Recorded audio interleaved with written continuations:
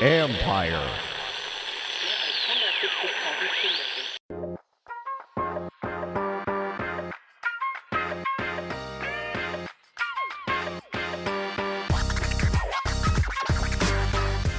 Welcome to Inside the Cap. I'm your host, Joel Corey. You can find me on Twitter at Corey Joel. That's CORRYJOEL.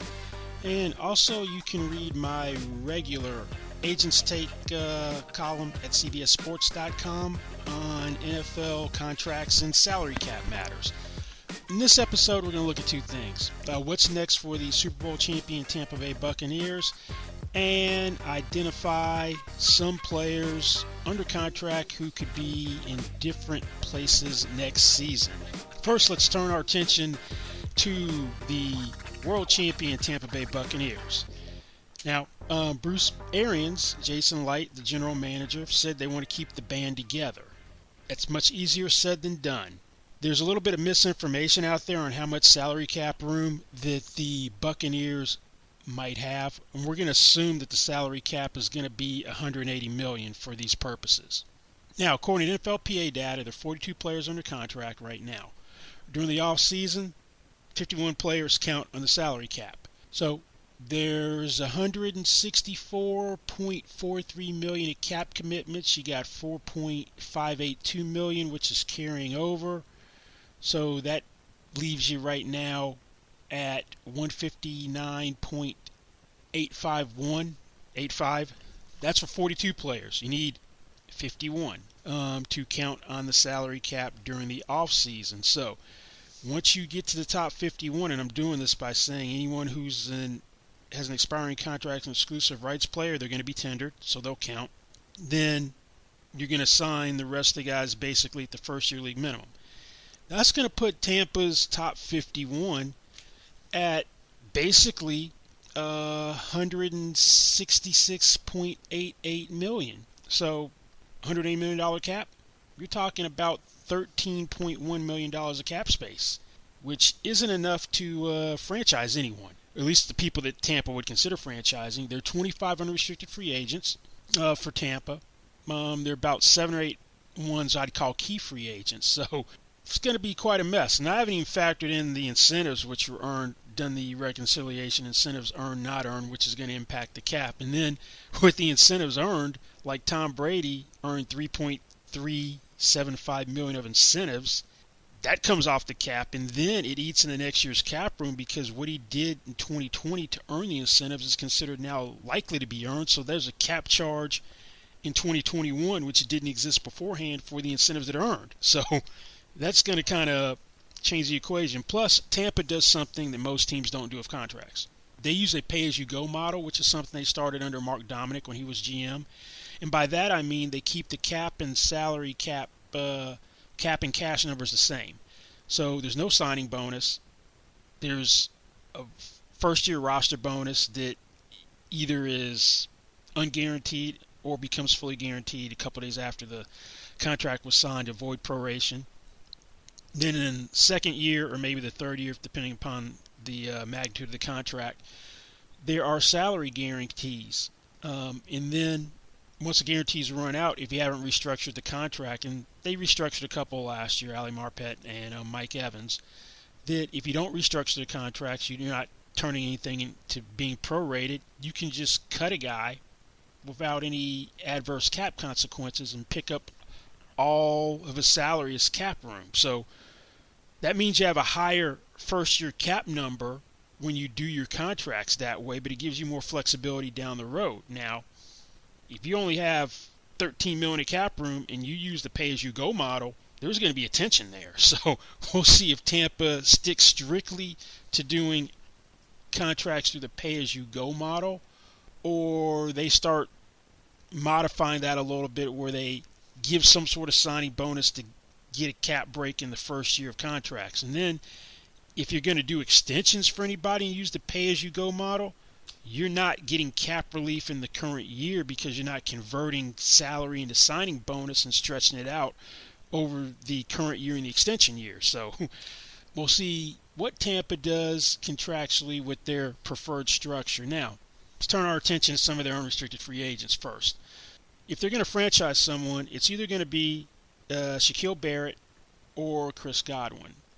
Now, franchise Barrett this past year, 2020, for $15.828 million. Second franchise tag, 120% of that number, $18,993,600. Now, with Godwin, it's going to be 8.758% of the cap because he goes under that cap percentage average formula for figuring out what the franchise numbers are each year.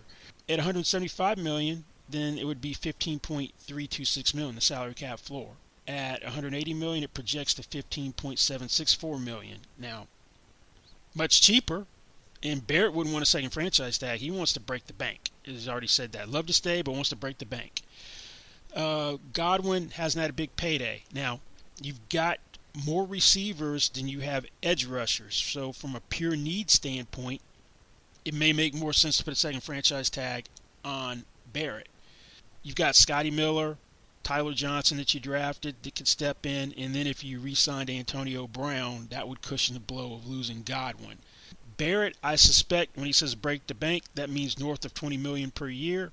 He didn't lead the league in sacks like he did in 2019, 19.5 sacks. He had 8 this year during the regular season. But his quarterback pressures, according to Pro Football Focus, are very close. 82 quarterback pressures during the regular season in 2019 when he was the sack champion. 77 this year, which led all edge rushers in the NFL. By quarterback pressures, I mean sacks, quarterback hits, and quarterback hurries combined. In the playoffs, 21 quarterback pressures, 4 sacks. So in the 4 playoff games. Now Godwin had to share the wealth, and then had some concussion issues as well. Stats were down this year. Then had some key uncharacteristic drops early in the playoffs, but still, for Chris Godwin, you stick him on the open market, he's got to be thinking, hey, Amari Cooper last year, open market, $20 million per year. Keenan Allen signs an extension for just a shade over $20 million per year right before the start of the regular season. I know the cap's going down, but I don't think the cap is going to affect going down the marquee free agents. They'll get paid. The people who are going to suffer from a diminished cap will be the middle class, second day, guys who aren't first wave free agents. Those guys, it impacts them, not the top guys. They'll get paid. So we'll see what decision they make. If either one of them hits, both of them hit the open market, they could both be gone. Levante David, inside linebacker, underappreciated around the league. Last year, he's finishing up a 5-year, $50.25 million contract extension. He's 31.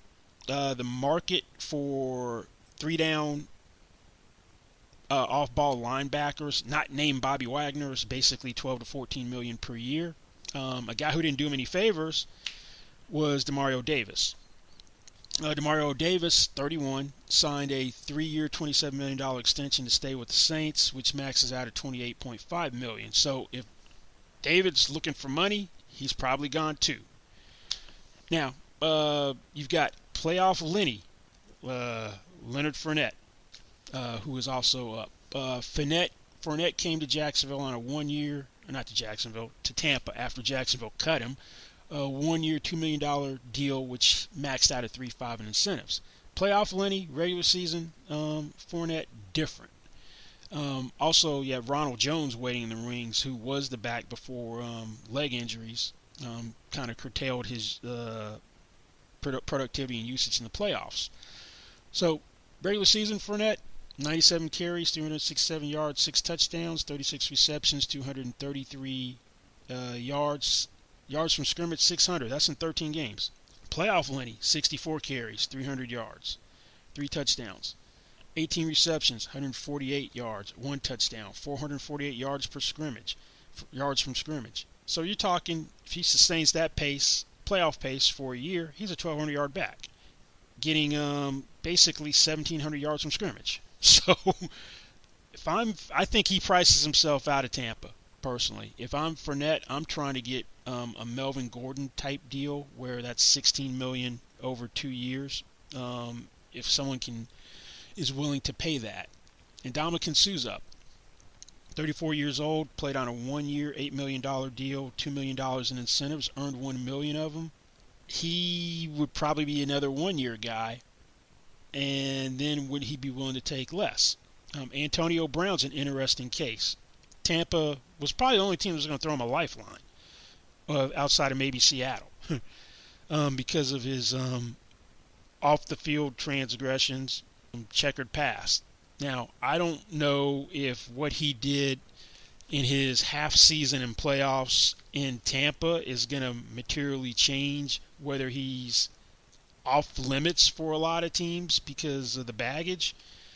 But he kind of gives you leverage against Chris Godwin. Also, his days of being one of the highest paid wide receivers are probably over because of the baggage. He made $1 million for the 8 games for half a season, then earned $1 million of his $1.5 million in incentives. So that's $2 million for half a season.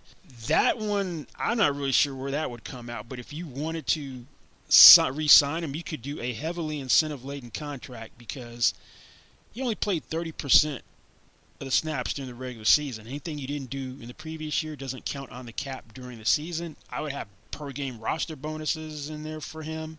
Stats, 45 catches, 483 yards, 4 TDs during the regular season.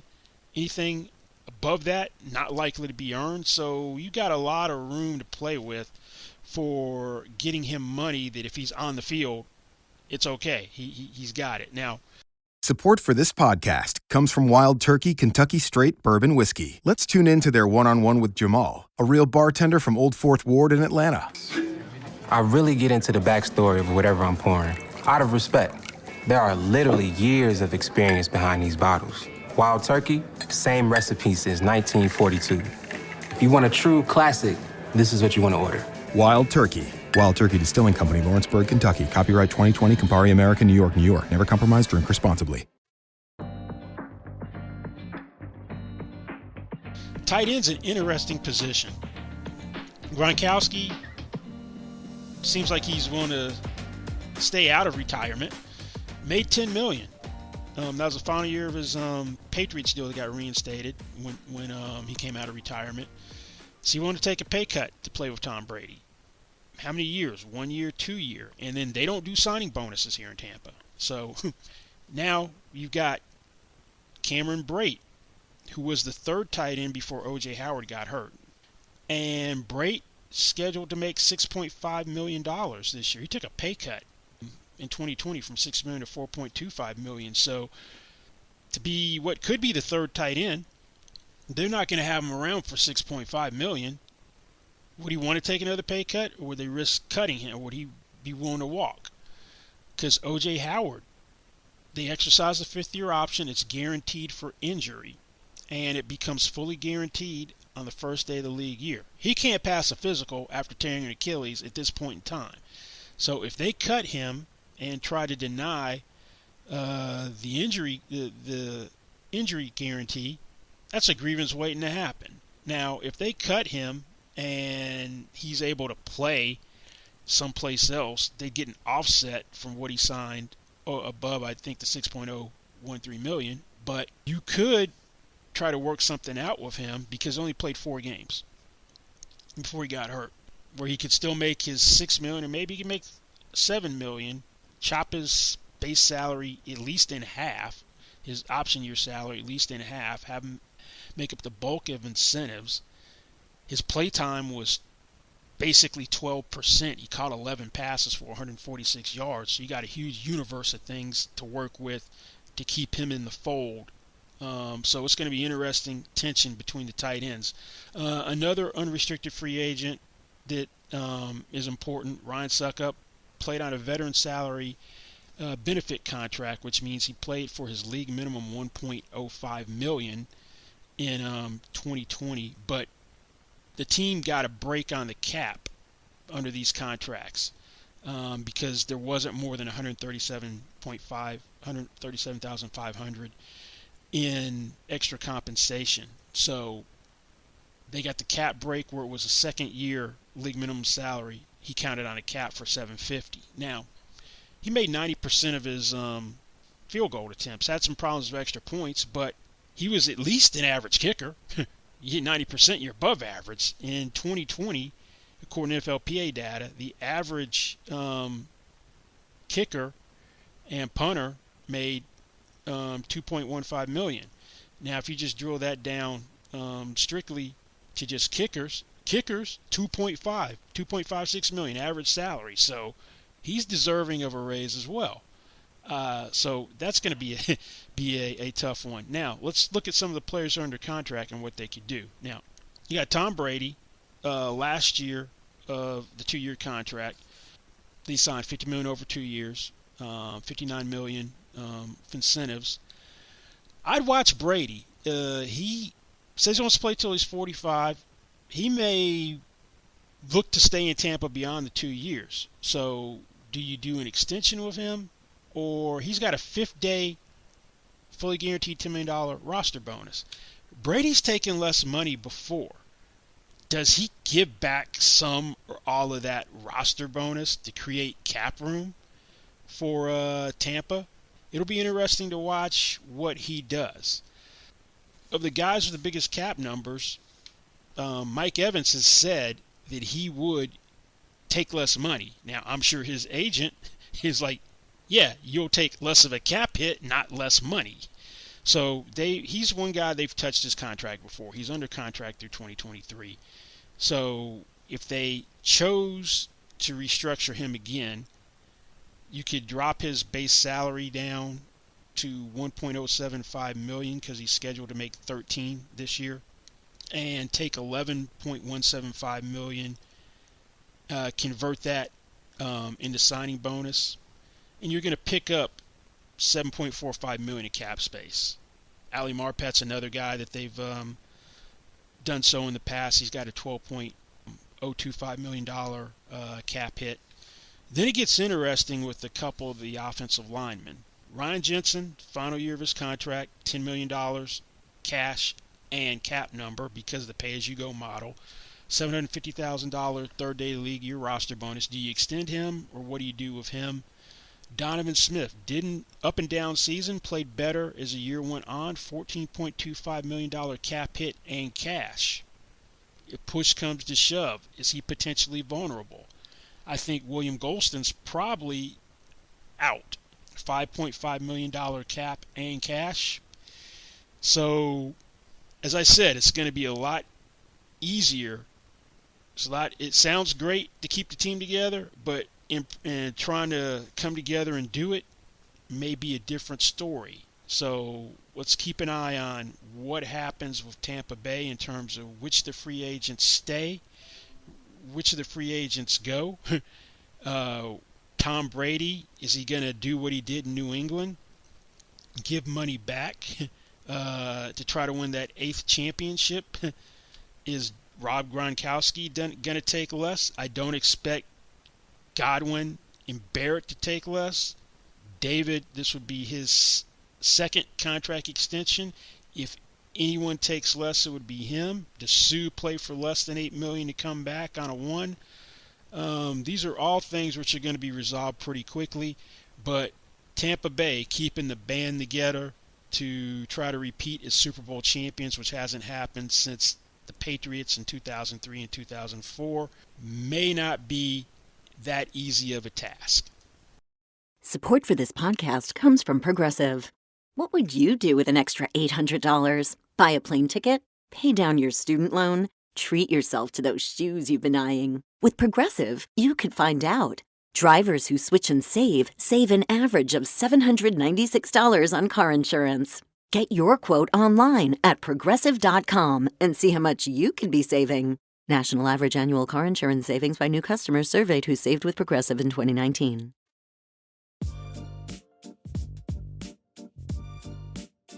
This should be one of the most eventful off seasons in the salary cap era, considering that there's most likely going to be a pretty big drop in the salary cap. There's a salary cap floor, $175 million. There have been reports the cap could be between $180 and $181 million when it's finally set. Absent new TV deals getting done, it's going to take a pretty steep drop from the current level, $198.2 million. We've already seen a couple of moves made, or pending moves, and one we're not going to discuss in any detail here because it was on a previous podcast. You can check that out if you want to know the implications for the Matthew Stafford, Jared Goff trade. We've seen a couple of guys already released. The Broncos released A.J. Bouye, picking up $13,218,750 of cap room, no dead money with that release. And on Friday, the Texans honored J.J. Watt's request to give him his release.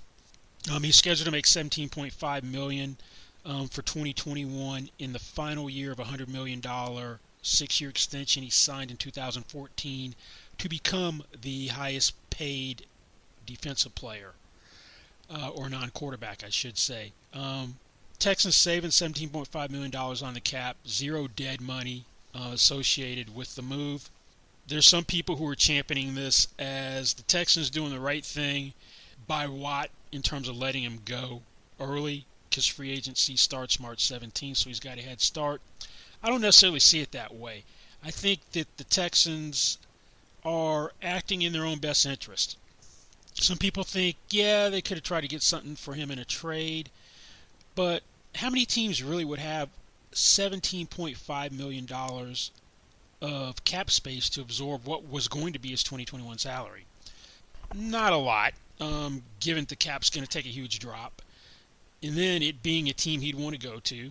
The Texans, if they were going to try to maximize their draft compensation in a J.J. Watt trade, probably would have had to eat some cap room, eat some salary like they did with Jadeveon Clowney when he signed his franchise tender to go to Seattle. So maybe they would have gotten $12.5 of cap room, $10 million, because they convert $5 to $7.5 million into a salary on their way out the door and eat it.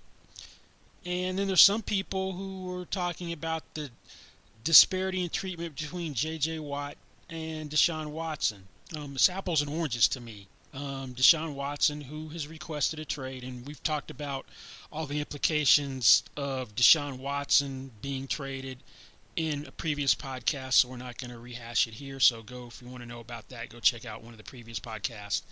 But apples and oranges. Watson just signed a 4-year extension with 2 years left on his contract in September. And he's a quarterback, young quarterback, 25 years old in his prime. 25, 26 years old in his prime.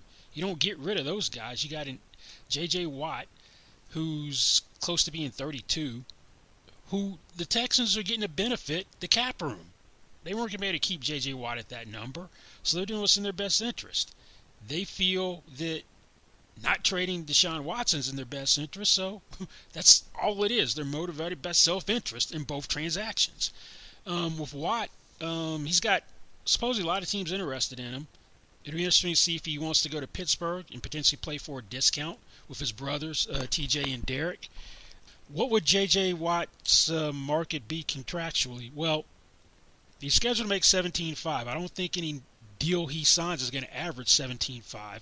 We had two older defensive linemen last year, Jason Pierre-Paul, 31, to stay in Tampa, $25 million over 2 years, maxes out to $27 million with incentives.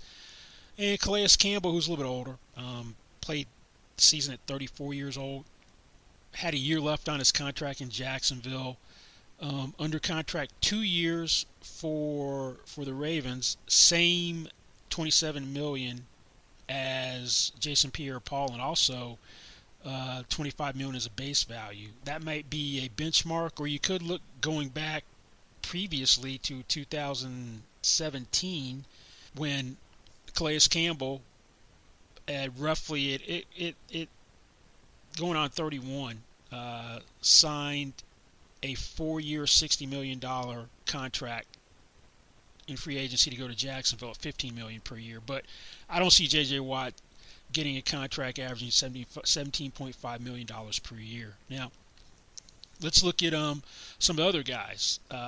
Carson Wentz is a guy I never thought that the Eagles would be willing to eat $33,820,611 in dead money to trade him. His cap number is $34.67 million, so they're going to pick up a little over $850,000 by moving Carson Wentz. The acquiring team, $47.2 million over the next 2 years, would essentially be the guarantee. It's under contract for 4 years, $98.4 million is what you'd be taking on. They want a first-round pick. They wanted Matthew Stafford compensation, never going to happen.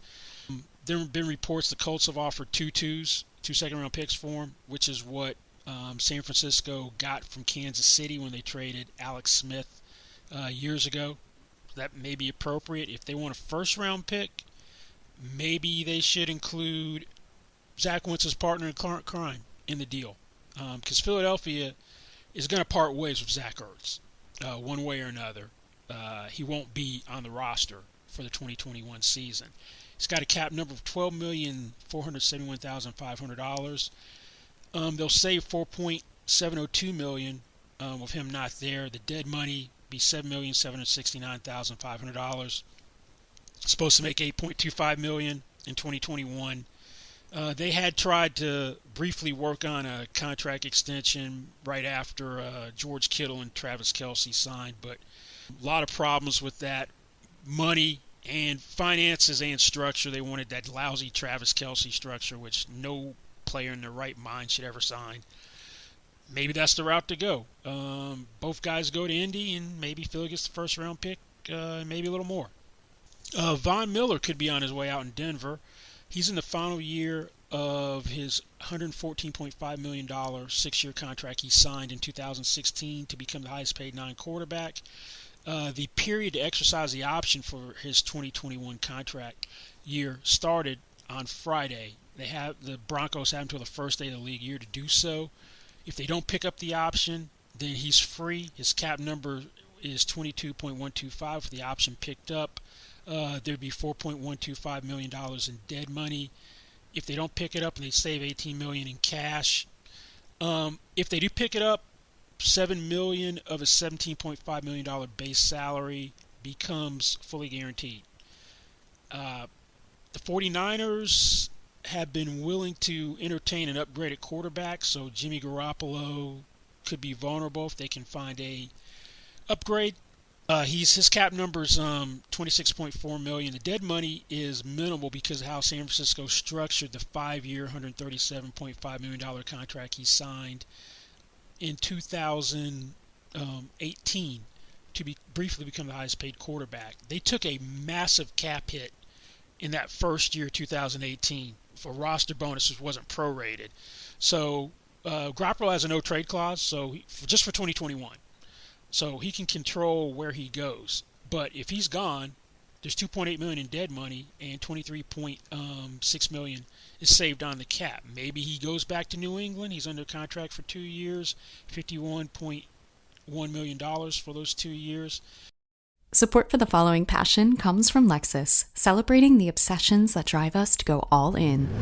From enthusiasts of all different spaces. My name is Jamel Dean. I'm from Bakersfield, California, and I'm a musician.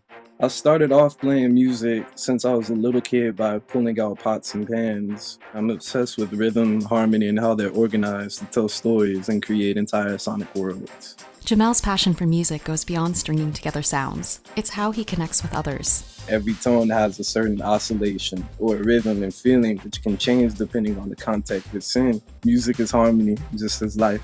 And his advice for other musicians in the making? To listen to as much music as they can, to write as much music as they can, and to keep doing what they're doing, no matter what. At Lexus, they've gone all in on their passion, designing a pure sports sedan, the new Lexus IS. Designed to look as thrilling as it is to drive. Learn more at lexus.com/IS. One of the best feel-good stories, miraculous comeback by Alex Smith, was named NFL Comeback Player of the Year. Redskins were in on the Matthew Stafford pursuit, so they're looking to upgrade.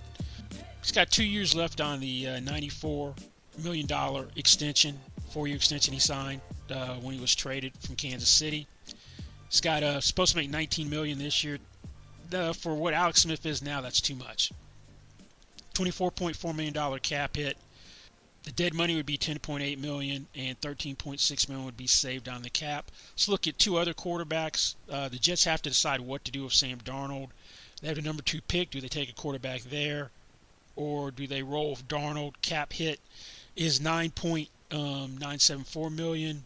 They'd have to decide on a 5th-year option with him, either if he's traded, which would probably be for a 2nd or 3rd round pick, or they keep him.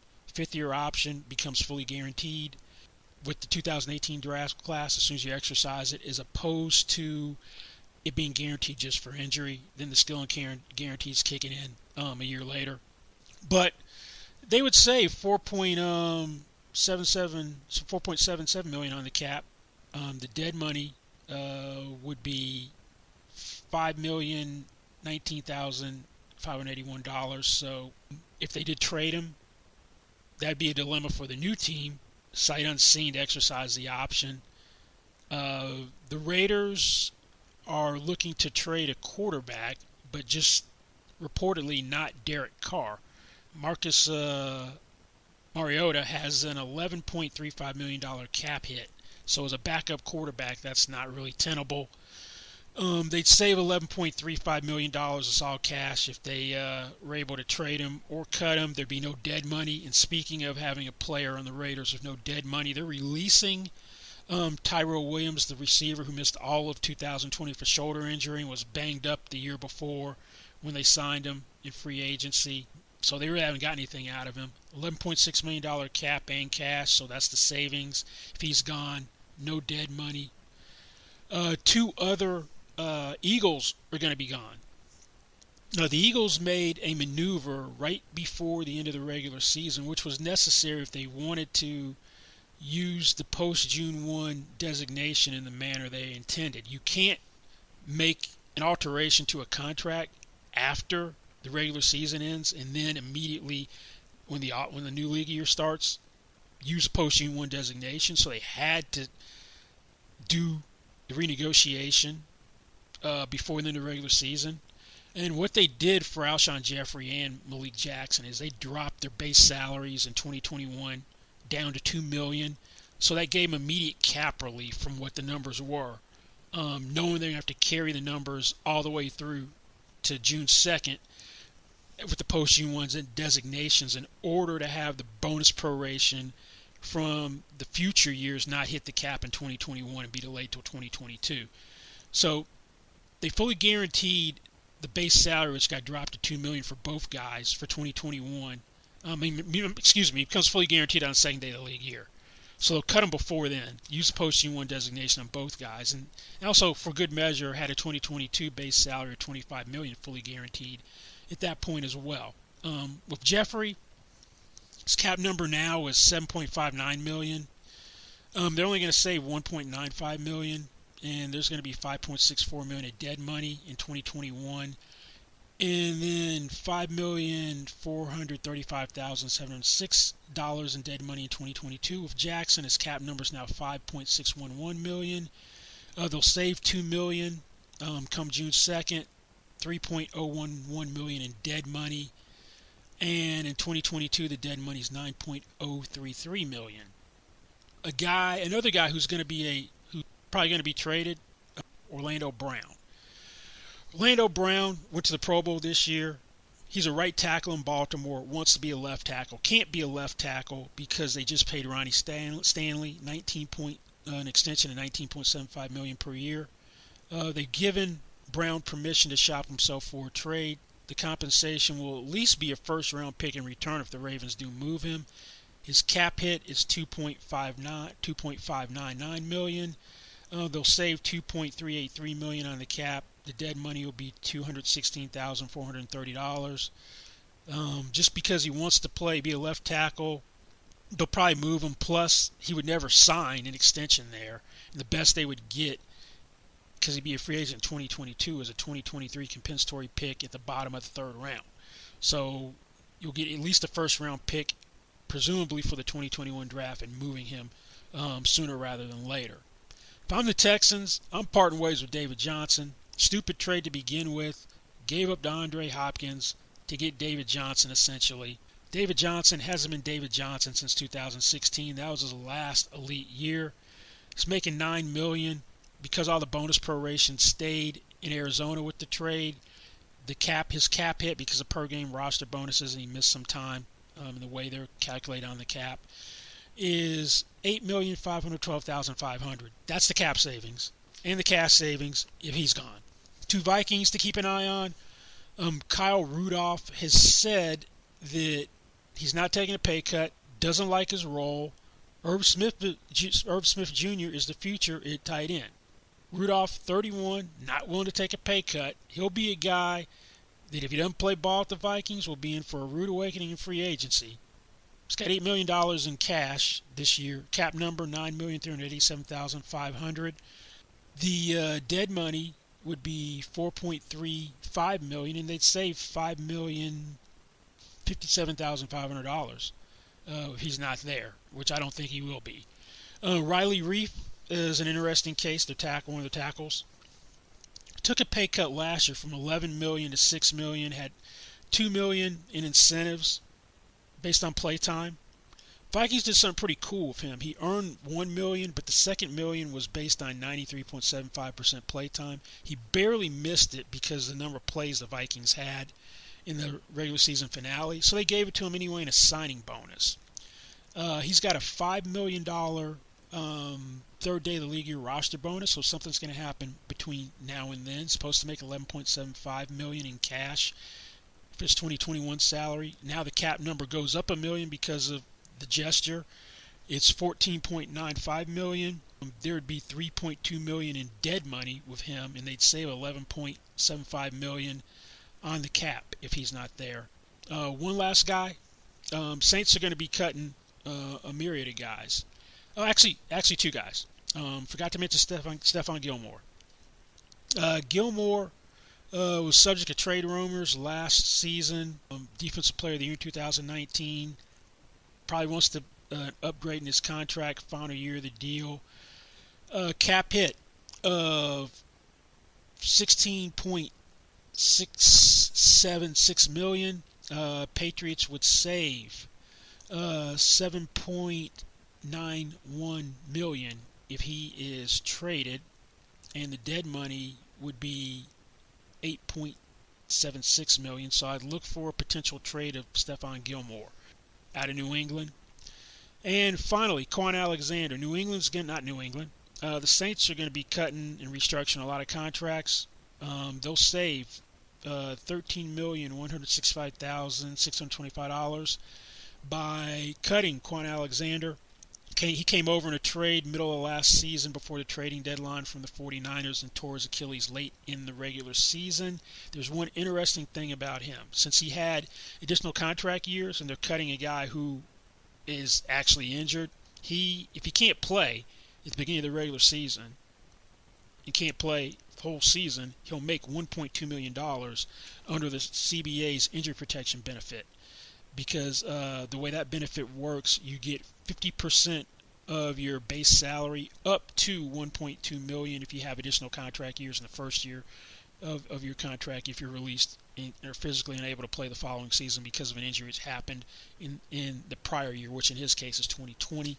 So that's something to keep an eye on down the road because that'd be a $1.2 million cap hit going back on the books for the Saints in the event Alexander can't play, and regular season is going to be in jeopardy given the timing of the Achilles tear. But that's going to wrap it up for this week. Thanks for listening. Don't forget you can find me on Twitter at Corey Joel, CorryJoel, and also check out my regular CBSSports.com column, Agents Take. We'll see you back here next time. Goodbye.